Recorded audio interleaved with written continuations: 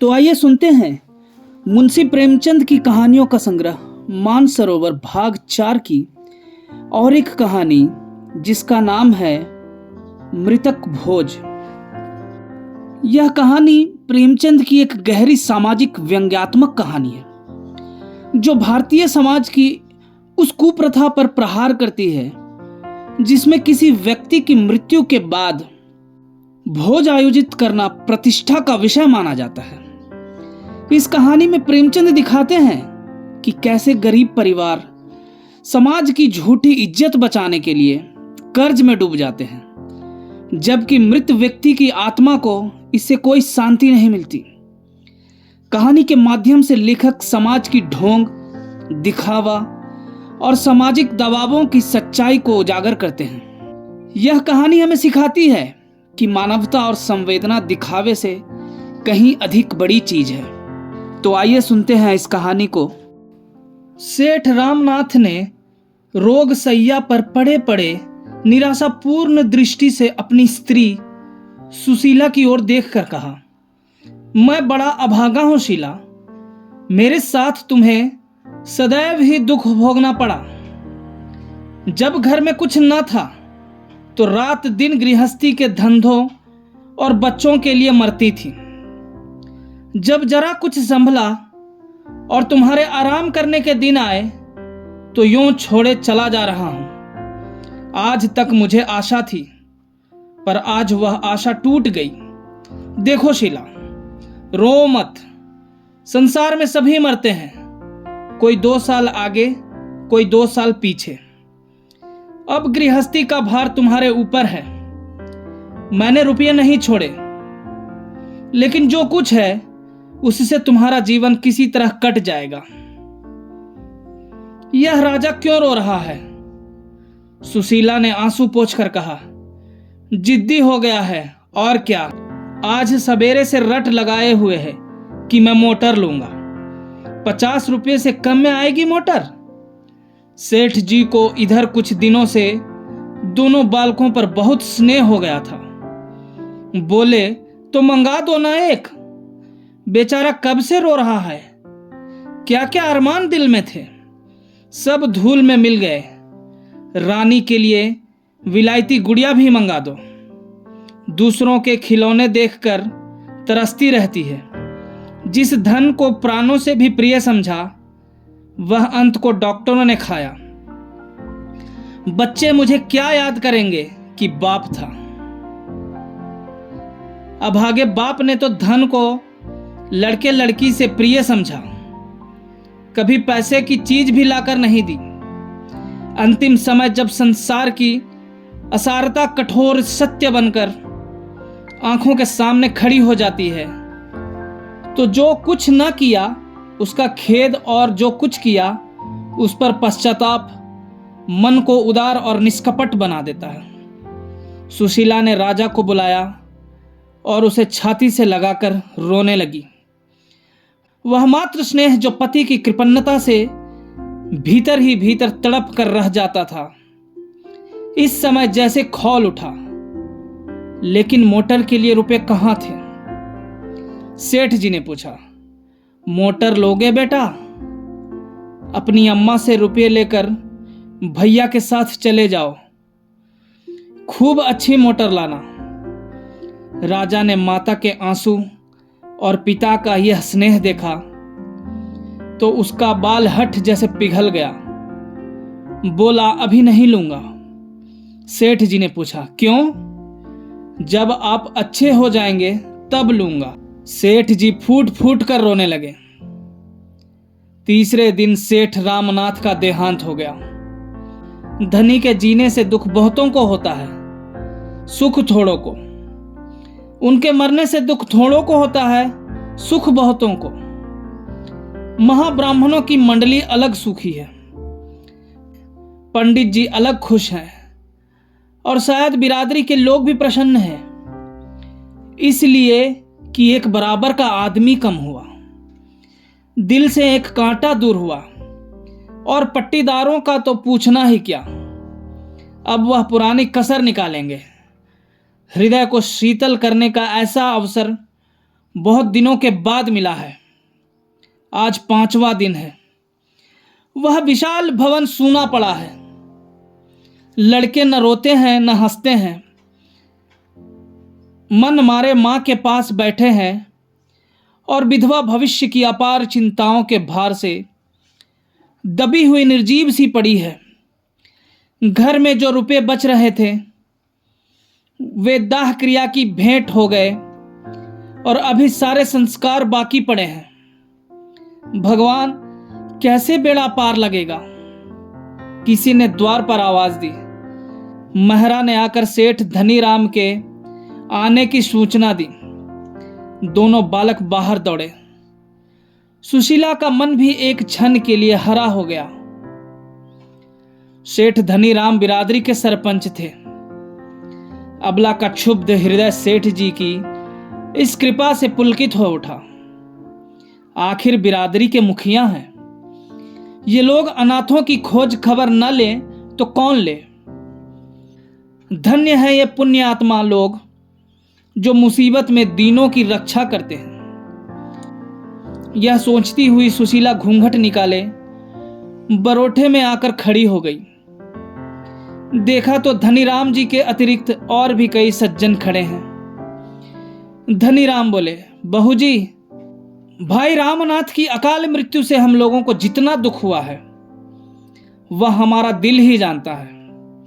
अभी उनकी उम्र ही क्या थी, लेकिन भगवान की इच्छा। अब तो हमारा यही धर्म है कि ईश्वर पर भरोसा रखें और आगे के लिए कोई राह निकालें। काम ऐसा करना चाहिए कि घर की आबरू भी बनी रहे और भाई जी की आत्मा संतुष्ट भी हो। कुबेरदास ने सुशीला को कनखियों से देखते हुए कहा, मर्यादा बड़ी चीज है, उसकी रक्षा करना हमारा धर्म है, लेकिन कमली के बाहर पांव निकालना भी तो उचित नहीं। कितने रुपए हैं तेरे पास बहू? क्या कहा? कुछ नहीं। सुशीला, घर में रुपए कहाँ हैं सेठ जी? जो थोड़े बहुत थे वह बीमारी में उठ गए। धनीराम, तो यह नई समस्या खड़ी हुई। ऐसी दशा में हमें क्या करना चाहिए कुबेरदास जी? कुबेरदास, जैसे हो, भोज तो करना ही पड़ेगा। हाँ, अपनी सामर्थ्य देखकर काम करना चाहिए। मैं कर्ज लेने को न कहूंगा। हाँ, घर में जितने रुपयों का प्रबंध हो सके उसमें हमें कोई कसर न छोड़नी चाहिए। मृत जीव के साथ भी तो हमारा कुछ कर्तव्य है। अब तो वह फिर कभी ना आएगा। उससे सदैव के लिए नाता टूट रहा है। इसलिए सब कुछ हैसियत के मुताबिक होना चाहिए। ब्राह्मणों को तो भोज देना ही पड़ेगा, जिससे कि मर्यादा का निर्वाह हो। धनीराम, तो क्या तुम्हारे पास कुछ भी नहीं है बहू जी? 2-4 हजार भी नहीं? सुशीला, मैं आपसे सत्य कहती हूं, मेरे पास कुछ नहीं है। ऐसे समय झूठ बोलूंगी? धनीराम ने कुबेरदास की ओर अर्ध अविश्वास से देखकर कहा, तब तो यह मकान बेचना पड़ेगा। कुबेरदास, इसके सिवा और क्या हो सकता है? नाक काटना तो अच्छा नहीं। रामनाथ का कितना नाम था, बिरादरी के स्तंभ थे। यही इस समय एक उपाय है। 10,000 रुपए मेरे आते हैं, सूद बट्टा लगाकर कोई 15,000 मेरे हो जाएंगे, बाकी भोज में खर्च हो जाएगा। अगर कुछ बच रहा तो बाल बच्चों के नाम आ जाएगा। धनीराम, आपके यहां कितने पर बंधक रखा था? कुबेरदास, 10,000 रुपए पर। रुपए सैकड़े सूद। धनीराम, मैंने तो कुछ कम सुना है। कुबेरदास, उसका तो रहननामा रखा है। जबानी बातचीत थोड़ी ही है। मैं 2-4 हजार के लिए झूठ नहीं बोलूंगा। धनीराम, नहीं नहीं, यह मैं कब कहता हूं? तो तूने सुन लिया भाई? पंचों की सलाह है कि मकान बेच दिया जाए। सुशीला का छोटा भाई संत लाल भी इसी समय आ पहुंचा। यह अंतिम वाक्य उसके कान में पड़ गया। बोल उठा, किस लिए मकान बेच दिया जाए? बिरादरी के भोज के लिए? बिरादरी तो खा पीकर राह लेगी। इन अनाथों की रक्षा कैसे होगी? इनके भविष्य के लिए भी तो कुछ सोचना चाहिए। धनीराम ने कोप भरी आंखों से देखकर कहा, आपको इन मामलों में टांग अड़ाने का कोई अधिकार नहीं। केवल भविष्य की चिंता करने से काम नहीं चलता। मृतक का पीछा भी किसी तरह सुधरना ही पड़ता है। आपका क्या बिगड़ेगा? हंसी तो हमारी होगी। संसार में मर्यादा से प्रिय कोई वस्तु नहीं। मर्यादा के लिए प्राण तक दे देते हैं। जब मर्यादा ही ना रही तो क्या रहा? अगर हमारी सलाह पूछोगे तो हम यही कहेंगे, आगे बाई का अख्तियार है, जैसा चाहे करे, पर हमसे कोई सरोकार न रहेगा। चलिए कुबेरदास जी, चलें। सुशीला ने भयभीत होकर कहा, भैया की बातों का विचार न कीजिए, इनको तो यह आदत है। मैंने तो आपकी बात नहीं टाली। आप मेरे बड़े हैं, घर का हाल आपको मालूम है। मैं अपने स्वामी की आत्मा को दुखी करना नहीं चाहती, लेकिन जब उनके बच्चे ठोकरें खाएंगे तो क्या उनकी आत्मा दुखी ना होगी? बेटी का ब्याह करना ही है, लड़के को पढ़ाना लिखाना है ही। ब्राह्मणों को खिला दीजिए, लेकिन बिरादरी करने की मुझ में सामर्थ्य नहीं है। दोनों महानुभावों को जैसे थप्पड़ लगी। इतना बड़ा अधर्म! भला ऐसी बात भी जबान से निकाली जाती है? पंच लोग अपने मुंह में कालिख न लगने देंगे। दुनिया विधवा को न हंसेगी, हंसी होगी पंचों की। यह जग हंसाई वे कैसे सह सकते हैं? ऐसे घर के द्वार पर झांकना भी पाप है। सुशीला रो कर बोली, मैं अनाथ हूं, नादान हूं, मुझ पर क्रोध न कीजिए। आप लोग ही मुझे छोड़ देंगे तो मेरा कैसे निर्वाह होगा? इतने में दो महाशय और आ बिराजे। एक बहुत मोटे और दूसरे बहुत दुबले। नाम भी गुणों के अनुसार ही भीमचंद और दुर्बल दास। धनीराम ने संक्षेप में यह परिस्थिति उन्हें समझा दी। दुर्बल दास ने सहृदयता से कहा, तो ऐसा क्यों नहीं करते कि हम लोग मिलकर कुछ रुपए दे दें? जब इसका लड़का सयाना हो जाएगा तो रुपया मिल ही जाएंगे। अगर ना भी मिले तो एक मित्र के लिए कुछ बल खा जाना कोई बड़ी बात नहीं। संत लाल ने प्रसन्न होकर कहा, इतनी दया आप करेंगे तो क्या पूछना। कुबेरदास त्योरी चढ़ाकर बोले, तुम तो बेसिर पैर की बातें करने लगे दुर्बल दास जी। इस बखत के बाजार में किसके पास फालतू रुपए रखे हुए हैं? भीमचंद, सो तो ठीक है, बाजार की ऐसी मंदी तो कभी देखी नहीं, पर निवाह तो करना चाहिए। कुबेरदास अकड़ गए। वह सुशीला के मकान पर दांत लगाए हुए थे। ऐसी बातों से उनके स्वार्थ में बाधा पड़ती थी। वह अपने रुपए अब वसूल करके छोड़ेंगे। भीमचंद ने उन्हें किसी तरह सचेत किया, लेकिन भोज तो देना ही पड़ेगा। उस कर्तव्य का पालन न करना समाज की नाक काटना है। सुशीला ने दुर्बल दास में सहृदयता का आभास देखा। उनकी ओर दीन नेत्रों से देखकर बोली, मैं आप लोगों से बाहर थोड़ी ही हूं। आप लोग मालिक हैं, जैसा उचित समझे वैसा करें। दुर्बल दास, तेरे पास कुछ थोड़े बहुत गहने तो होंगे भाई? हाँ, गहने हैं। आधे तो बीमारी में बिक गए, आधे बचे हैं। सुशीला ने सारे गहने लाकर पंचों के सामने रख दिए, पर यह तो मुश्किल से 3,000 में उठेंगे। दुर्बल दास ने पोटली को हाथ में तौल कर कहा, 3,000 को कैसे जाएंगे? मैं 3,500 दिला दूंगा। भीमचंद ने फिर पोटली को तौल कर कहा, मेरी बोली 4,000 की है। कुबेरदास को मकान की बिक्री का प्रश्न छेड़ने का अवसर फिर मिला। 4,000 ही में क्या हुआ जाता है? बिरादरी का भोज है या दोष मिटाना है? बिरादरी में कम से कम 10,000 का खर्चा है। मकान तो निकालना ही पड़ेगा। संत लाल ने ओंठ चबाकर कहा, मैं कहता हूं, आप लोग क्या इतने निर्दयी हैं? आप लोगों को अनाथ बालकों पर भी दया नहीं आती? क्या उन्हें रास्ते का भिखारी बनाकर छोड़ेंगे? लेकिन संत लाल की फरियाद पर किसी ने ध्यान ना दिया। मकान की बातचीत अब नहीं टाली जा सकती थी। बाजार मंदा है, 30,000 से बेसी नहीं मिल सकते। 15,000 तो कुबेरदास के हैं, 5,000 बचेंगे, 4,000 गहनों से आ जाएंगे। इस तरह 9,000 में बड़ी किफ़ायत से ब्रह्म भोज और बिरादरी भोज दोनों निपटा दिए जाएंगे। सुशीला ने दोनों बालकों को सामने करके करबद्ध होकर कहा, पंचो, मेरे बच्चों का मुंह देखिए। मेरे घर में जो कुछ है वह आप सब ले लीजिए, लेकिन मकान छोड़ दीजिए। मुझे कहीं ठिकाना न मिलेगा। मैं आपको पैरों पड़ती हूं, मकान इस समय न बेचें। इस मूर्खता का क्या जवाब दिया जाए?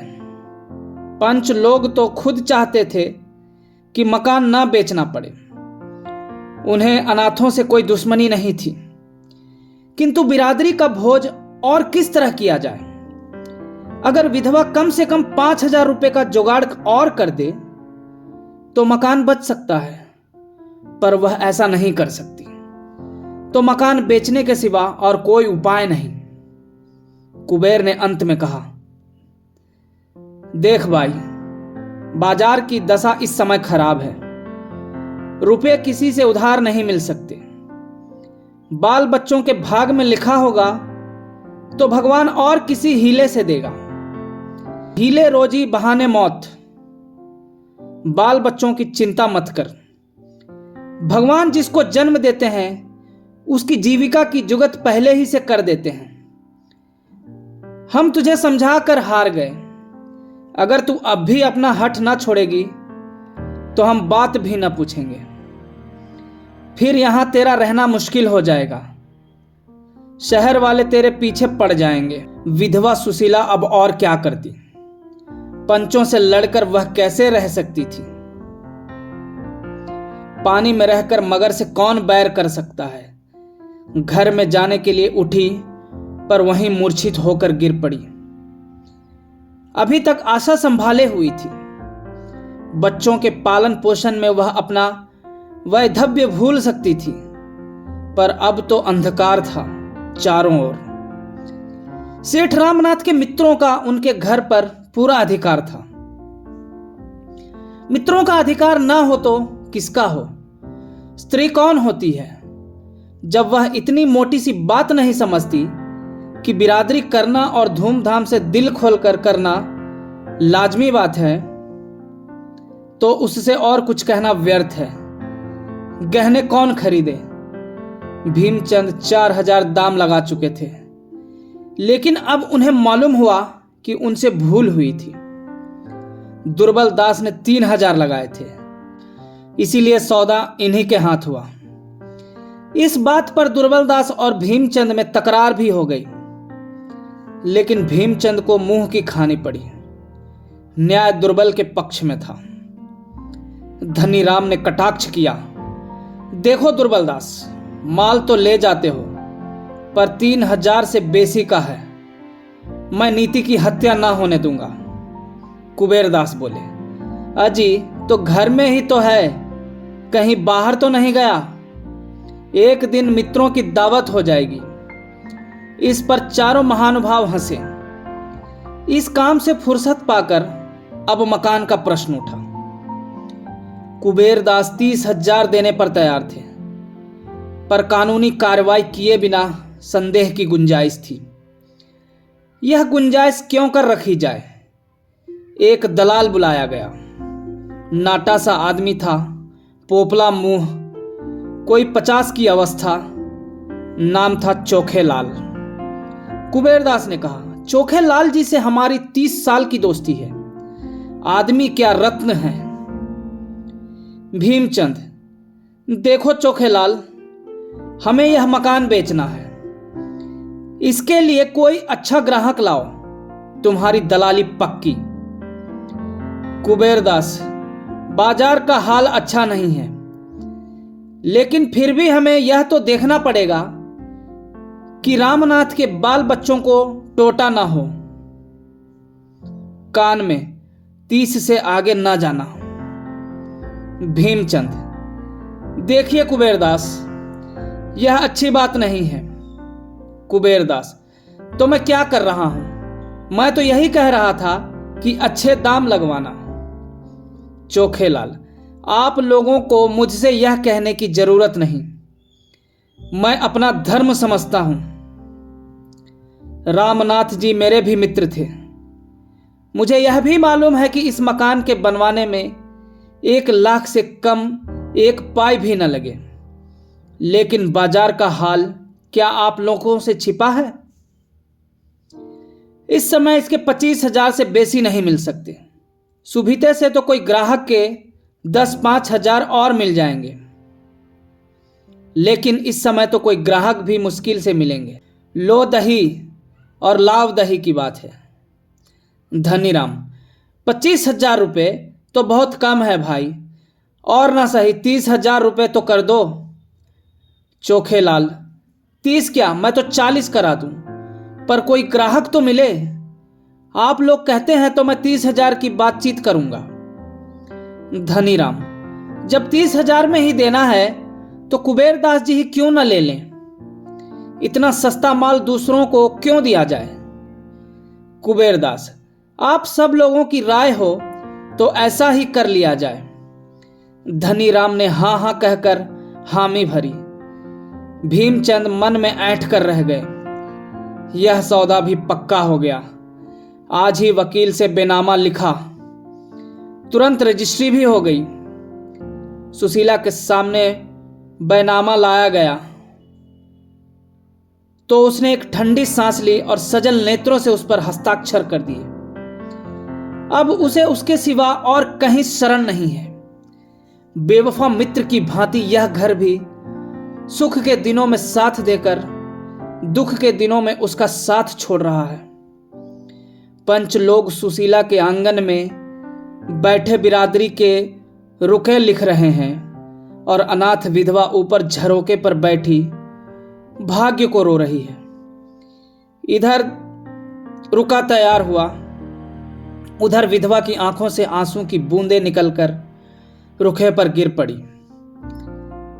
धनीराम ने ऊपर देखकर कहा, पानी का छींटा कहां से आया? संतलाल, बाई बैठी रो रही है, उसने रुके पर अपने रक्त के आंसुओं की मुहर लगा दी है। धनीराम ऊंचे स्वर में, अरे तो तू रो क्यों रही है भाई? यह रोने का समय नहीं है। तुझे तो प्रसन्न होना चाहिए कि पंच लोग तेरे घर में आज यह शुभ कार्य करने के लिए जमा है। जिस पति के साथ तूने इतने दिनों भोग विलास किया, उसी का पीछा सुधारने में तू दुख मानती है। बिरादरी में रुका फिरा। इधर 3-4 दिन पंचों ने भोज की तैयारियों में बिताए। घी धनीराम जी की आढ़त से आया, मैदा चीनी की आढ़त भी उन्हीं की थी। 5वें दिन प्रातः काल ब्रह्म भोज हुआ। संध्या समय बिरादरी का ज्योनार सुशीला के द्वार पर बग्घियों और मोटरों की कतारें खड़ी थी। भीतर मेहमानों की पंगतें थीं। आंगन, बैठक, दालान, बरोठा, ऊपर की छत, नीचे ऊपर मेहमानों से भरा हुआ था। लोग भोजन करते थे और पंचों को सराहते थे। खर्च तो सभी करते हैं, पर इंतजाम का सलीका चाहिए। ऐसे स्वादिष्ट पदार्थ बहुत कम खाने में आते हैं। सेठ चंपा राम के भोज के बाद ऐसा भोज रामनाथ जी का ही हुआ है। अमृतियां कैसी कुरकुरी हैं, रसगुल्ले मेवों से भरे हैं। सारा श्रेय पंचों को है।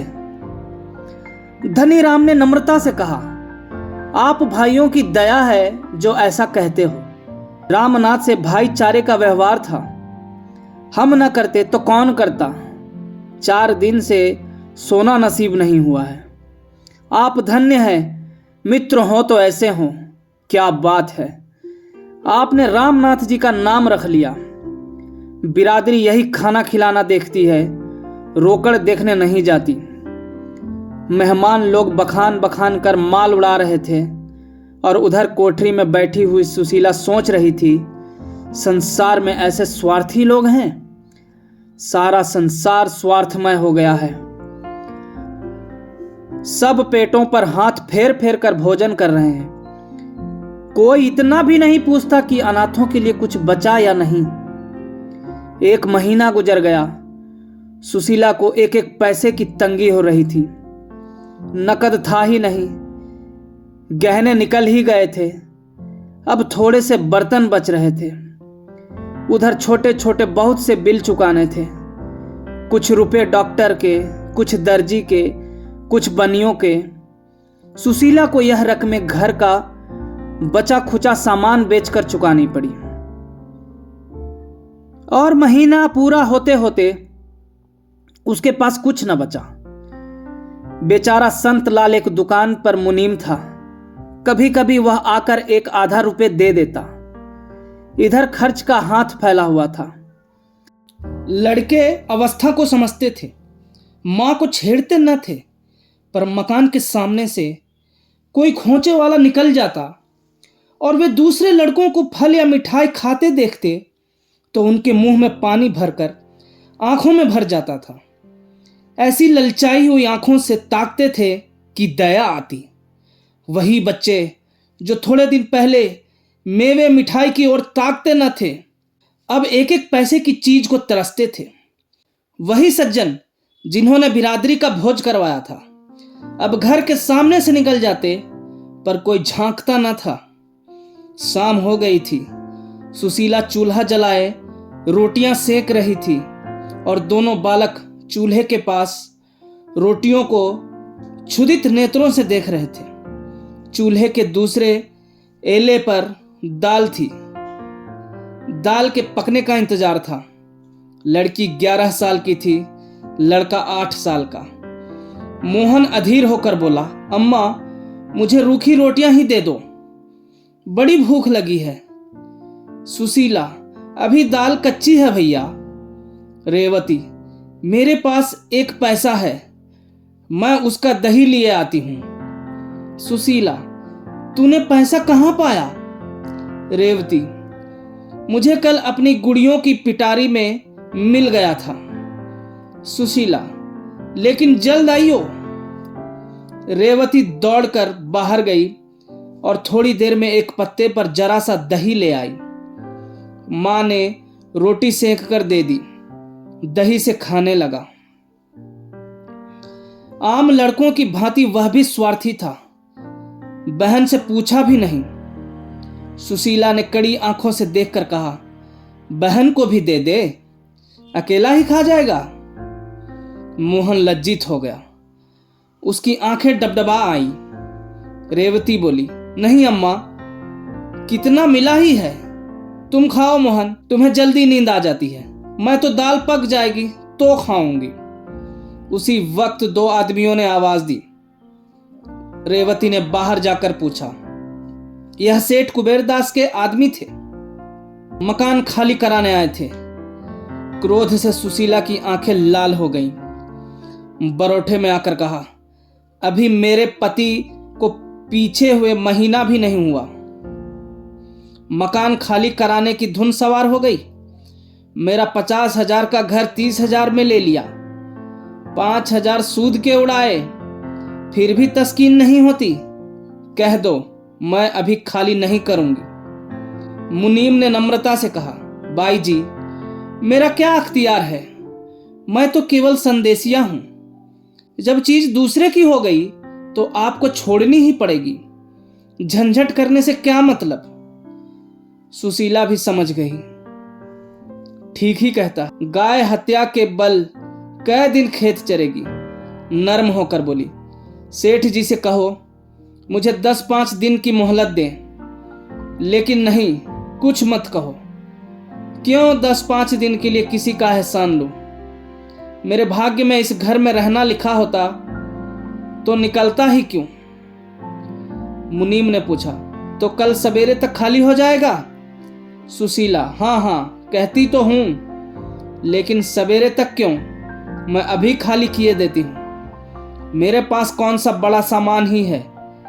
तुम्हारे सेठ जी का रात भर का किराया मारा जाएगा। जाकर ताला वाला लाओ या लाए हो? मुनीम, ऐसी क्या जल्दी है भाई, कल सावधानी से खाली कर दीजिएगा। सुशीला, कल का झगड़ा क्या रखूं? मुनीम जी, आप जाइए, ताला लाकर डाल दीजिए। यह कहती हुई सुशीला अंदर गई, बच्चों को भोजन कराया, एक रोटी आप किसी तरह निगली, बर्तन धोए, फिर एक एक्का मंगवाकर उस पर अपना मुख्तसर सामान लादा और भारी हृदय से उस घर से हमेशा के लिए विदा हो गई। जिस वक्त यह घर बनवाया था, मन में कितनी उमंगें थी। इसके प्रवेश में कई हजार ब्राह्मणों का भोज हुआ था। सुशीला को इतनी दौड़ धूप करनी पड़ी थी कि वह महीने भर बीमार रही थी। इसी घर में उसके 2 लड़के मरे थे। यहीं उसका पति मरा था। मरने वालों की स्मृतियां ने उसकी एक एक ईंट को पवित्र कर दिया था। एक एक पत्थर मानो उसके हर्ष से खुशी और उसके शोक से दुखी होता था। वह घर आज उससे छूटा जा रहा है। उसने रात एक पड़ोसी के घर में काटी और दूसरे दिन 10 रुपए महीने पर एक गली में दूसरा मकान ले लिया। इस नए कमरे में इन अनाथों ने 3 महीने जिस कष्ट से काटे, वह समझने वाले ही समझ सकते हैं। भला हो बेचारे संत लाल का, वह 10-5 रुपए से मदद कर दिया करता था।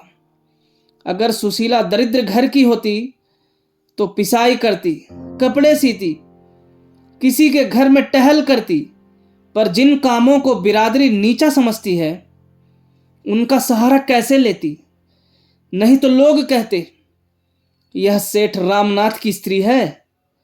उस नाम की भी तो लाज रखनी थी। समाज के चक्रव्यूह से किसी तरह तो छुटकारा नहीं होता। लड़की के 2-1 गहने बच रहे थे, वह भी बिक गए। जब रोटियों ही के लाले थे तो घर का किराया कहां से आता? 3 महीने बाद घर का मालिक, जो उसी बिरादरी का एक प्रतिष्ठित व्यक्ति था और जिसने मृतक भोज में खूब बढ़ कर हाथ मारे थे, अधीर हो उठा। बेचारा कितना धैर्य रखता। 30 रुपए का मामला है, रुपए 8 आने की बात नहीं है। इतनी बड़ी रकम नहीं छोड़ी जाती। आखिर एक दिन सेठ जी ने आकर लाल लाल आंखें करके कहा, अगर तू किराया नहीं दे सकती तो घर खाली कर दे। मैंने बिरादरी के नाते इतनी मुरव्वत की, अब किसी तरह काम नहीं चल सकता। सुशीला बोली, सेठ जी, मेरे पास रुपए होते तो पहले आपका किराया देकर तब पानी पीती। आपने इतनी मुरव्वत की, इसके लिए मेरा सिर आपके चरणों पर है। लेकिन अभी मैं बिल्कुल खाली हाथ हूं।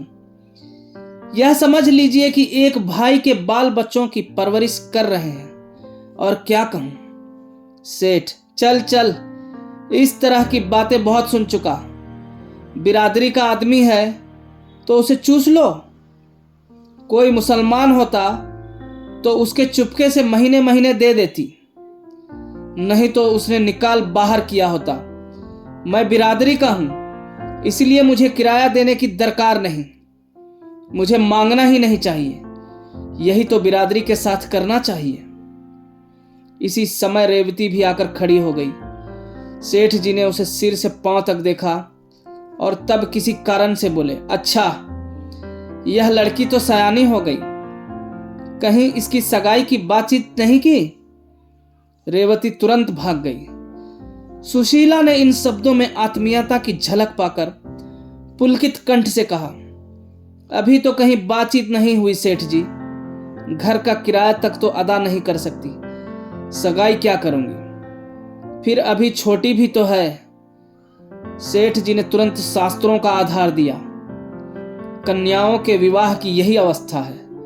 धर्म को कभी नहीं छोड़ना चाहिए।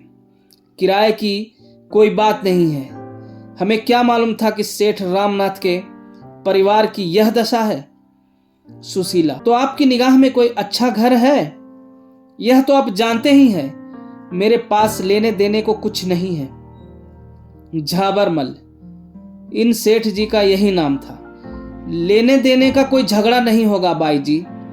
ऐसा घर है कि लड़की आजीवन सुखी रहेगी, लड़का भी उसके साथ रह सकता है। कुल का सच्चा, हर तरह से संपन्न परिवार है। हाँ, वह दोहाजू दुजवर है। सुशीला, उम्र अच्छी होनी चाहिए, दोहाजू होने से क्या होता है? झाबरमल, उम्र भी कुछ ज्यादा नहीं है, अभी 40वां ही साल है उसका, पर देखने में अच्छा हृष्ट पुष्ट है। मर्द की उम्र उसका भोजन है। बस यह समझ लो कि परिवार का उद्धार हो जाएगा। सुशीला ने अनिच्छा के भाव से कहा, अच्छा, मैं सोच कर जवाब दूंगी, एक बार मुझे दिखा देना। झाबरमल, दिखाने को कहीं नहीं जाना है भाई, वह तो तेरे सामने ही खड़ा है। सुशीला ने घृणापूर्ण नेत्रों से उसकी ओर देखा। इस 50 साल के बुढ़े की यह हवस, छाती का मांस लटक कर नाभि तक आ पहुंचा है, फिर भी विवाह की धुन सवार है। यह दुष्ट समझता है कि प्रलोभनों में पड़कर मैं अपनी लड़की उसके गले बांध लूंगी। वह अपनी बेटी को आजीवन कंवारी रखेगी, पर ऐसे मृतक से विवाह करके उसका जीवन नष्ट ना करेगी। पर उसने अपने क्रोध को शांत किया। समय का फेर है, नहीं तो ऐसों को उससे ऐसा प्रस्ताव करने का साहस ही क्यों होता। बोली, आपकी इस कृपा के लिए आपको धन्यवाद देती हूं सेठ जी, पर मैं कन्या का विवाह आपसे नहीं कर सकती। झाबरमल, तो और क्या तू समझती है कि तेरी कन्या के लिए बिरादरी में कोई कुमार मिल जाएगा?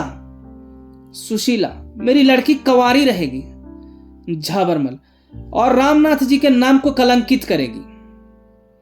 सुशीला, तुम्हें मुझसे ऐसी बातें करते लाज नहीं आती? नाम के लिए घर खोया, संपत्ति खोई, पर कन्या कुएं में नहीं डुबा सकती।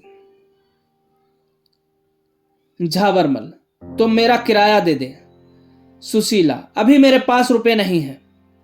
झाबरमल ने भीतर घुसकर गृहस्थ की एक एक वस्तु निकालकर गली में फेंक दी। घड़ा फूट गया, मटके टूट गए, संदूक के कपड़े बिखर गए। सुशीला तटस्थ खड़ी अपने अधीन की यह क्रूर क्रीड़ा देखती रही। घर का एवं विध्वंस करके झाबरमल ने घर में ताला डाल दिया और अदालत से रुपए वसूल करने की धमकी देकर चले गए। बड़ों के पास धन होता है, छोटों के पास हृदय होता है। धन से बड़े बड़े व्यापार होते हैं, बड़े बड़े महल बनते हैं, नौकर चाकर होते हैं, सवारी शिकारी होती है, हृदय से संवेदना होती है, आंसू निकलते हैं। उसी मकान से मिली हुई एक साग सब्जी बेचने वाली खटकिन की दुकान थी। वृद्धा विधवा निपुती स्त्री थी, बाहर से आग भीतर से पानी। झाबरमल को सैकड़ों सुनाई और सुशीला की एक एक चीज उठाकर अपने घर में ले गई। मेरे घर में रहो बहू, मुरव्वत में आ गई, नहीं तो उसकी मूछें उखाड़ लेती। मौत सिर पर नाच रही है, आगे नाथ न पीछे पगहा, और धन के पीछे मरा जाता है, जाने छाती पर लाद कर ले जाएगा। तुम चलो मेरे घर में रहो, मेरे यहां किसी बात का खटका नहीं, बस मैं अकेली हूं, एक टुकड़ा मुझे भी दे देना। सुशीला ने डरते डरते कहा, माता, मेरे पास सेर भर आटे के सिवा और कुछ नहीं है, मैं तुम्हें किराया कहां से दूंगी।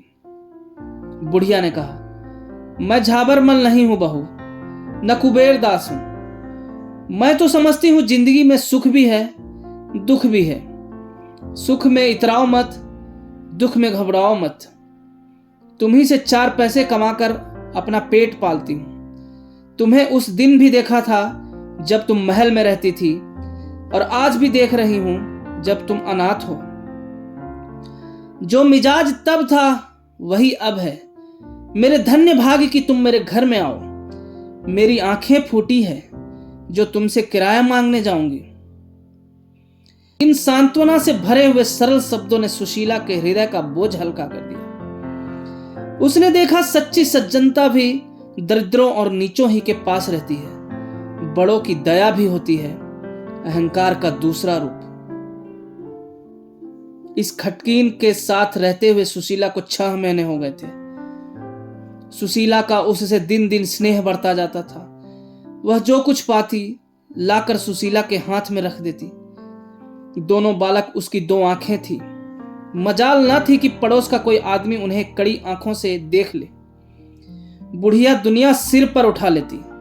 संत लाल हर महीने कुछ न कुछ दे दिया करता था। इससे रोटी दाल चल जाती थी। कार्तिक का महीना था। ज्वर का प्रकोप हो रहा था। मोहन एक दिन खेलता कूदता बीमार पड़ गया और 3 दिन तक अचेत पड़ा रहा। ज्वर इतने जोर का था कि पास खड़े रहने से लपट से निकलती थी। बुढ़िया ओझे सयानों के पास दौड़ती फिरती थी, पर ज्वर उतरने का नाम न लेता था। सुशीला को भय हो रहा था, यह टाइफाइड है। इससे उसके प्राण सूख रहे थे।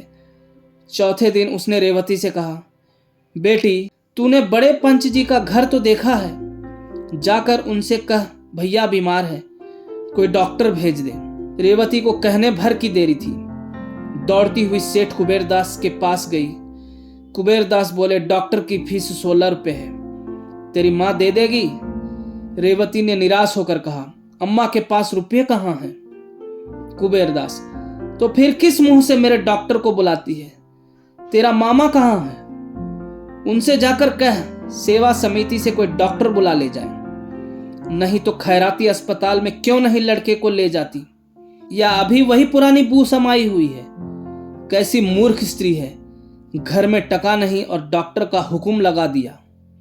समझती होगी फीस पंच जी दे देंगे।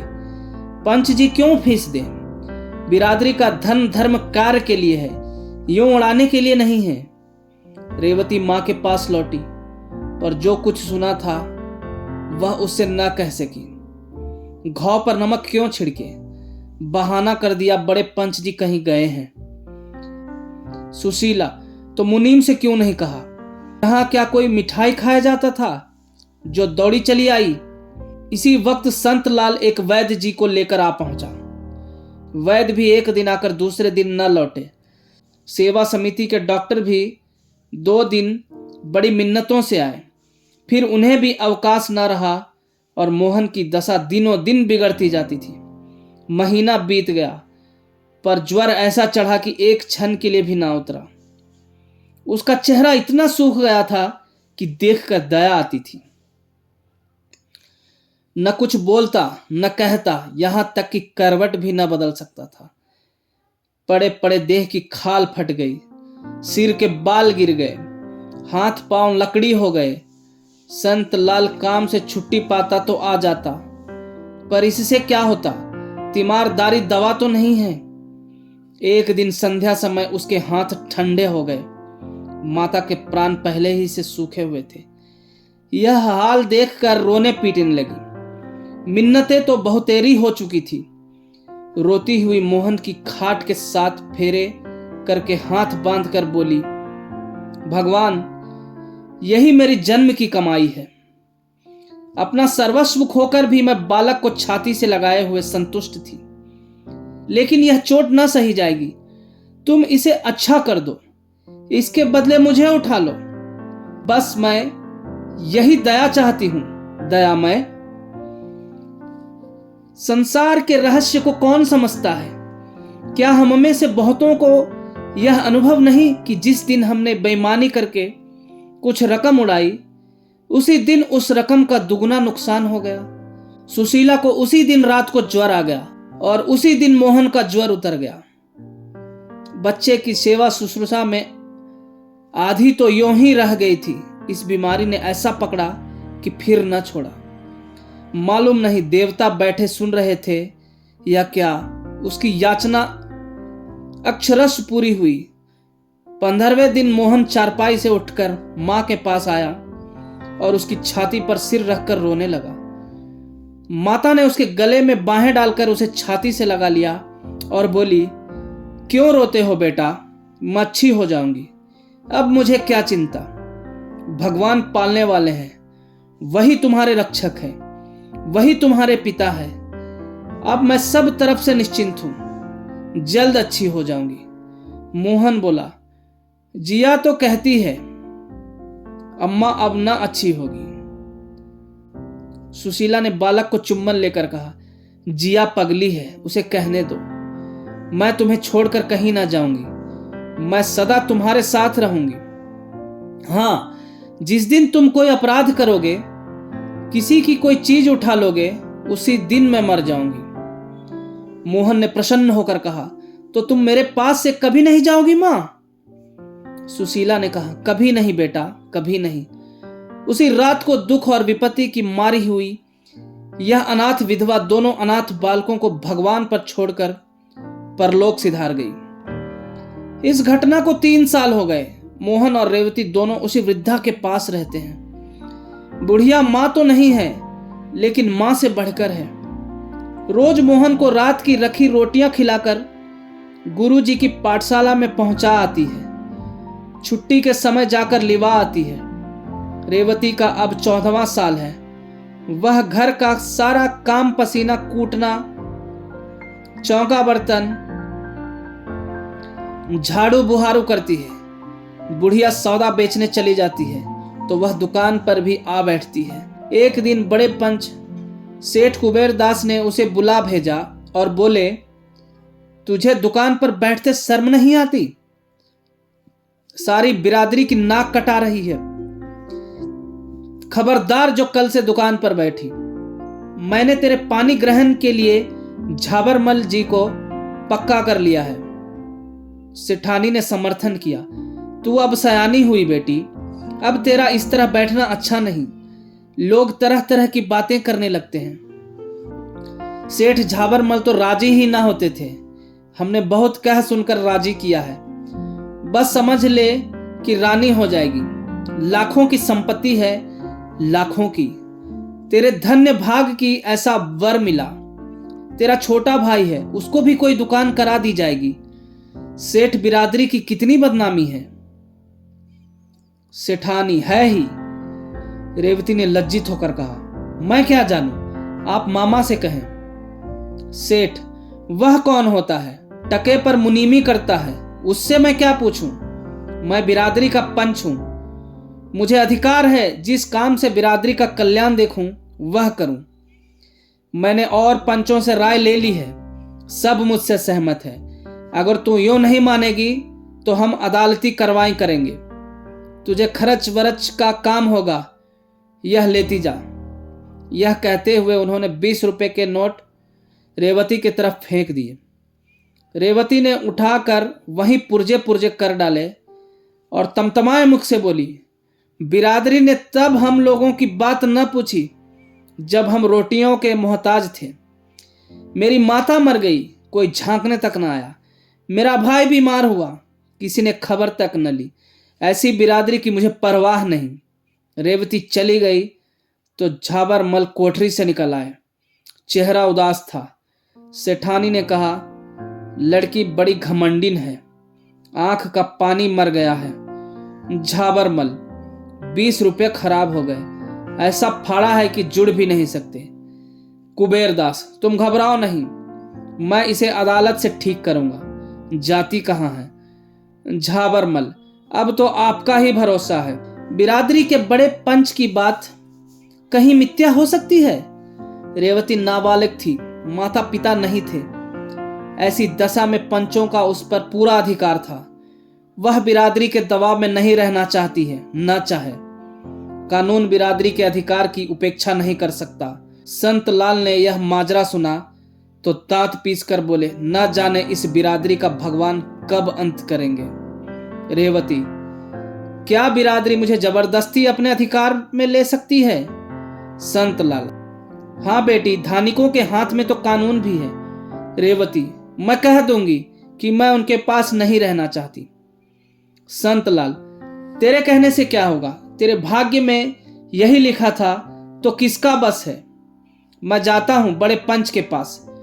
रेवती, नहीं मामा जी, तुम कहीं ना जाओ। जब भाग्य ही का भरोसा है तो जो कुछ भाग्य में लिखा होगा वह होगा।